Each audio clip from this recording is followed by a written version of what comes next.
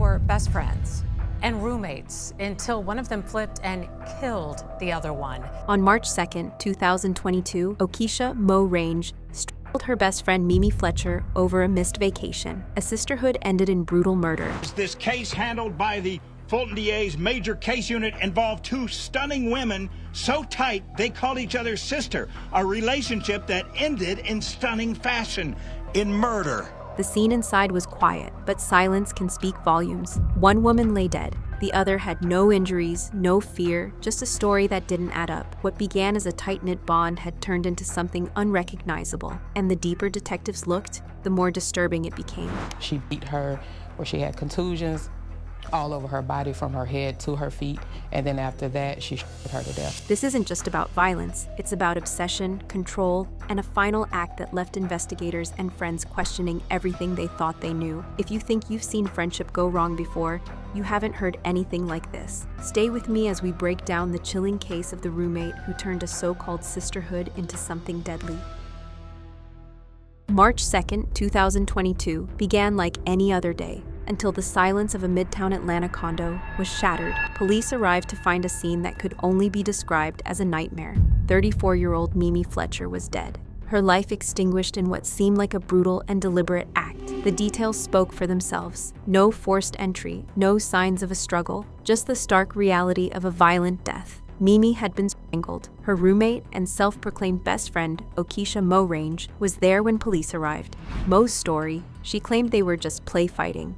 But the scene didn't match her story. Mo insisted Mimi was still alive and speaking after things got physical, but that didn't align with the evidence. The room told a different story, a deadly one, with no chance of escape for Mimi. Mo and Mimi had lived together for years, and neighbors described them as sisters who did everything together. But beneath the surface, Mo's behavior was alarming. But as detectives looked closer, one question haunted them. How does a friendship turn so deadly, so fast?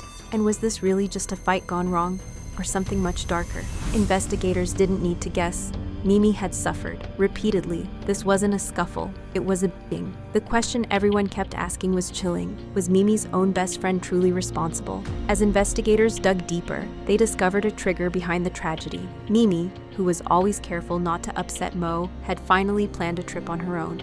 For years, she avoided traveling without Mo just to keep the peace. But this time, she decided to put herself first, and it would cost her everything. Before we go any further, listen to what prosecutors and witnesses revealed about Mo's control over Mimi's life. Mimi and Mo, Okisha Range, nicknamed Mo, was so controlling of her roommate Shamaria Mimi Fletcher, attempting to isolate her from friends and family. It was like she had a stranglehold on Mimi's life. But when Mimi broke free by scheduling a trip without Mo, An annual trip that she had missed prior years because of this defendant, Okisha Range literally strangled Ms. Fletcher at the Midtown condo where they lived. That chilling statement is more than just words. It's the core of this case. The evidence lined up with what everyone close to Mimi had seen for years. Mo's hold on her was so tight, it didn't just control where she went or who she saw. In the end, it became deadly. The story was now about much more than a friendship gone wrong. It was about obsession, control, and the breaking point that led to a shocking crime. To the outside world, their life seemed normal, but inside that Midtown condo, something toxic was brewing long before anyone suspected it.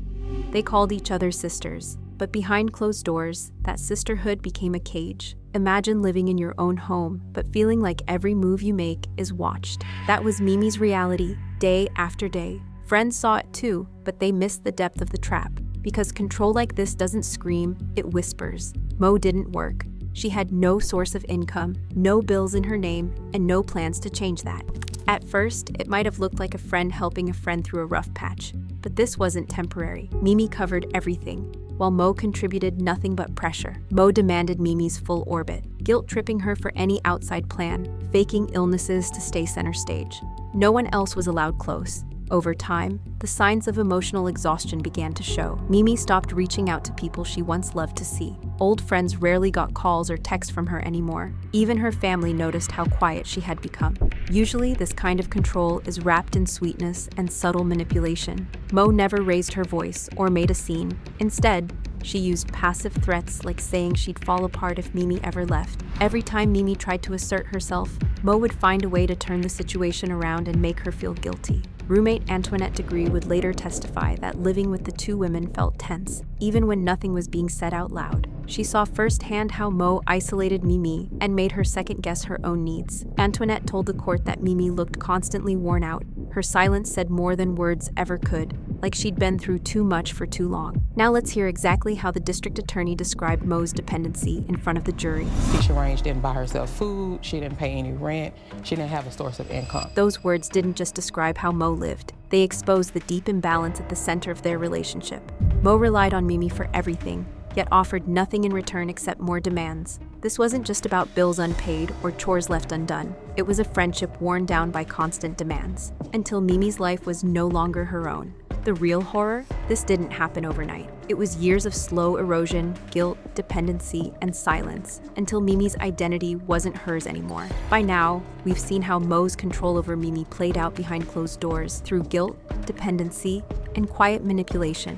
But that need for control didn't stop there. Hours into questioning, Mo suddenly screamed, "I'm seizing," and collapsed to the floor, gasping and shaking. But just as quickly as it started, it ended.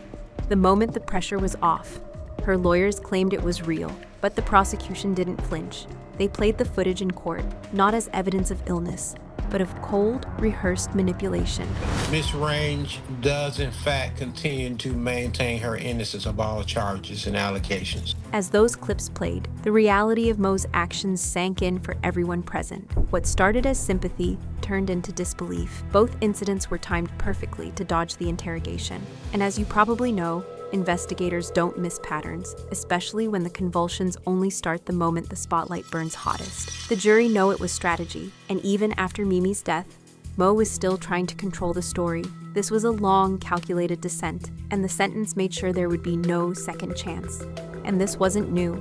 Mo had a pattern: faking illness whenever control slipped, a stomach ache when Mimi made plans, a breakdown when she stood up for herself. After seeing it all, the judge didn't hesitate. This wasn't a tragic accident. This was a long, calculated descent, and the sentence made sure there would be no second chance. But as investigators began to unravel the timeline, they uncovered something that would turn suspicion into certainty.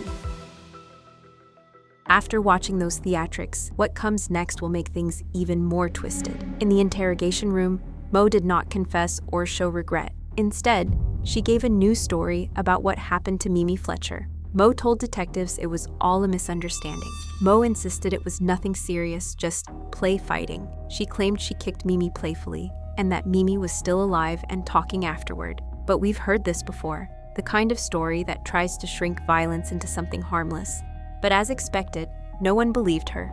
Prosecutor Hall says Ms. O'Rang suggested she and the victim had been play fighting and Mo kicked Mimi. I said, "Look, quit playing," and I kicked. But that Mimi was alive and talking after that, but that doesn't explain the choking. How could Mo still call it play when the truth was so much darker? Her testimony unraveled her story in front of everyone. The prosecutor made it clear to the jury this was not a game, and Mimi's injuries could never have come from anything casual. Even after her arrest, Mo continued to claim she was innocent.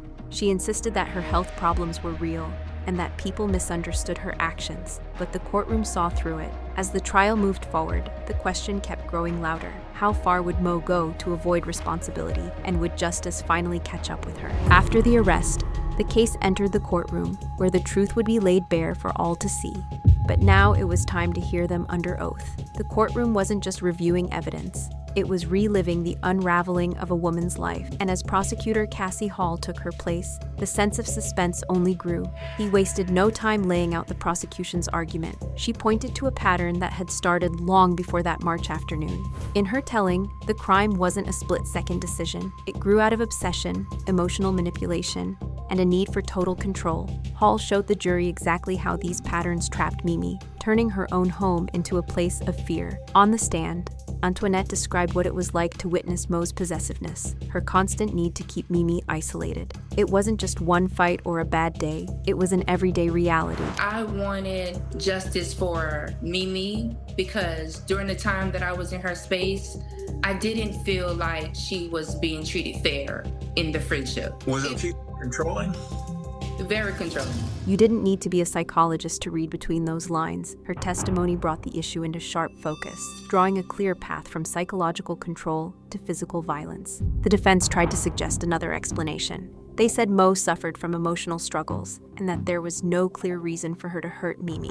Mo Range was found guilty of murder. The sentence, imprisoned for life, with no option for conditional freedom. Relief swept over Mimi's friends and family, but the loss was still impossible to measure. The case drew headlines for its shocking betrayal, but at the heart of it was a woman whose story deserves to be told.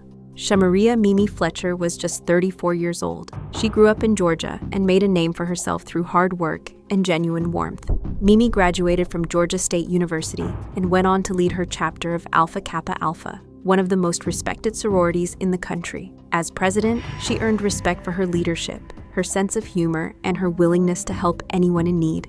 Friends say her energy was unforgettable. Samaria was so fun, loving, caring, giving, just goofy, smiling all the time. Just down-to-earth, loving girl. Her sorority sisters and co-workers remembered her for her kindness and for always showing up when someone needed support. Mimi's fun-loving nature made her the glue in her social circle, but she was also the first to take on responsibility and push her friends to succeed. But this caring and loving nature is not appreciated by everyone. Some took the real advantage from it and guilt-trapped you for their own purpose, just like her so-called best friend did. You might thought that the court's decision is final, but the story is still unfolding. Even behind bars, Okisha Mo Range has not stopped fighting the outcome. Mo's attorney has filed a motion for a new trial, arguing that her health struggles are real and the police footage of her seizures was misunderstood. According to the defense, those medical episodes should not have been used as evidence of manipulation. Prosecutors stand by the original conviction, citing clear patterns of control and emotional manipulation. Everyone believes the verdict reflects exactly what happened between Mimi and Mo. Here is Fonnie Willis explaining the heart of the case. We have someone that becomes literally obsessed with a friend, and when that friend started pulling back, the only way that they could control them was to take their life. That statement laid bare the heart of the tragedy. Mo's fixation with Mimi had gone far beyond friendship. When Mimi tried to regain her independence, every small step away threatened Mo's sense of control. It was never about losing a companion, it was about losing power. The prosecutor's words showed that Mo's hunger for control turned deadly. Her fear of losing Mimi became so strong that it led her to make a choice that destroyed both their lives. With her appeal ongoing, Mo is serving her sentence at Arendelle State Prison. The legal battle continues, but for those who loved Mimi, the loss can never be appealed or erased. As the case made headlines, psychologists began weighing in, not just on what happened, but how it happened. We often think of abuse as loud or physical, but the kind that unfolded in Mimi's apartment, it was stealthy, strategic, and almost invisible until it was too late. One friend recalled how Mimi would cancel brunch at the last second. That's what psychologists call coercive control, not screaming, not bruises, but a slow isolation from everyone who cares about you. And traditionally, that term shows up in romantic relationships. By making Mimi doubt herself and keeping her cut off from friends and family, Mo built a kind of invisible prison around her life. Now, more people are starting to pay attention to the red flags, like sudden isolation, constant guilt, or a friend who always needs rescuing. Hope is that by understanding these early signs, more people can recognize when a relationship is turning toxic and get help before it becomes deadly. For those who loved Mimi Fletcher, the pain didn't end with the trial. The shock of losing Mimi was made even harder by the betrayal. Mo had been part of their circle, welcomed at gatherings, trusted as a friend. No one imagined the real danger would come from someone they called sister. In the months after the verdict, many people issued heartfelt statements. Online tributes, photos, and stories filled digital spaces with reminders of her joy, leadership, and kindness.